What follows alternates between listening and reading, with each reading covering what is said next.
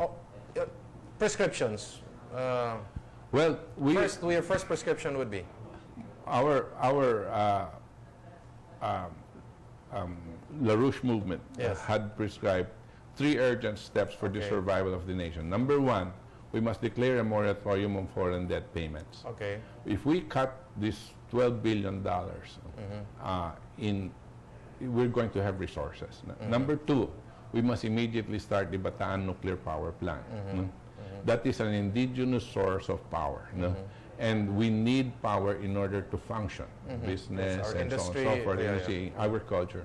And by the way, the nuclear power plant, we can set it up now because there's technology, so that it provides us with potable water, up to 50 million gallons of potable water every day, just using excess heat, heat which would have evaporated anyway. And then the third, we must embark in a science-driven, infrastructure-based food production program.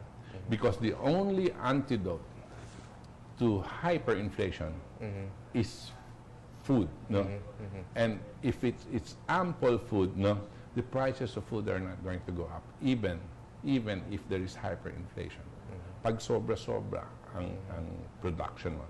And we must move towards that. We're now moving very much away from it because we're importing even patis. Yeah, we're doing that because there is again the commission syndrome of our rice and our sugar and all our agricultural products.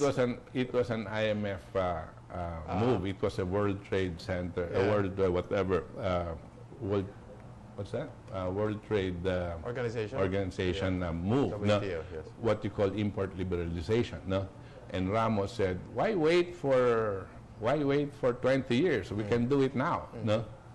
So open up. We opened up everything. Opened up everything. This happened during the time of Diosdado Macapagal in 1962, where we had to devalue our currency by almost 100%. Because of import liberalization. Because of the control, or which is import liberalization. We were an experiment of all of this so-called idea of globalization. But Butch, in our discussion behind the camera, you mentioned that leaders who continue to pay our debt get a commission or a rebate. That's a natural practice. Please tell us about that. Well, this is conjecture. Of course, of course. Again, absence of evidence does not mean evidence of absence. Is that correctly said? Anyway, if you were a leader of a country and you were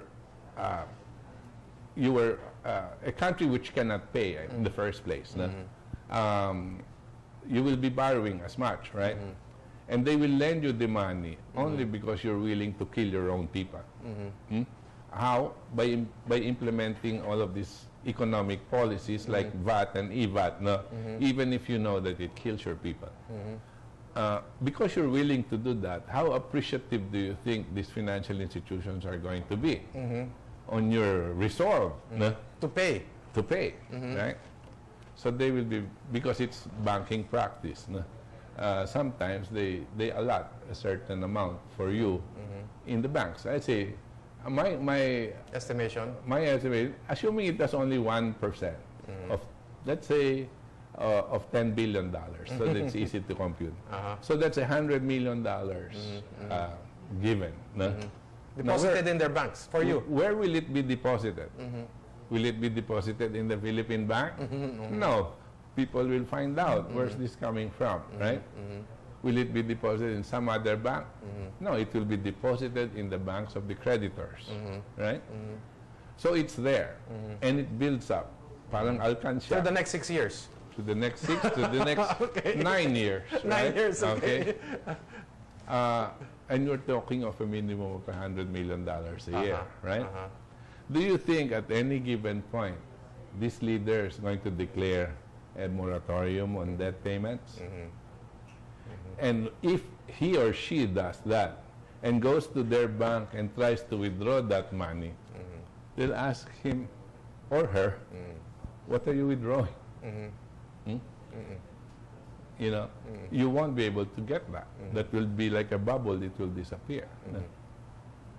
So, now, that's conjecture. No? That's how naughty we are when we think about these But things. you say this we is know, common practice among bankers. Yes. And, Yeah, I'm sure the bankers know that it's common practice here, so why won't it be common practice in such big institutions who do not give, I was going to say something, but don't care about your population. Okay. So, Butch, we have 55, 60, 45 seconds. Your last words to our public. Well, I just wanted to say, like I always said, our country is facing a major, major crisis. No? We have just had an election, a controversial election at that, and but still, we need to hope that this new leadership is going to save the population from the coming difficulties. But if it doesn't, it is incumbent upon all of us now to stand up and demand what this leadership must be doing for us. We have to demand this. In the Declaration of Independence of the United States, in the revolution that they had in 1796, in that Declaration of Independence, it said that a government is formed by the people.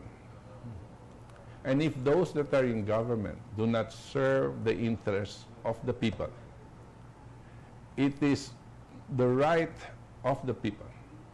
It is their duty to replace that government.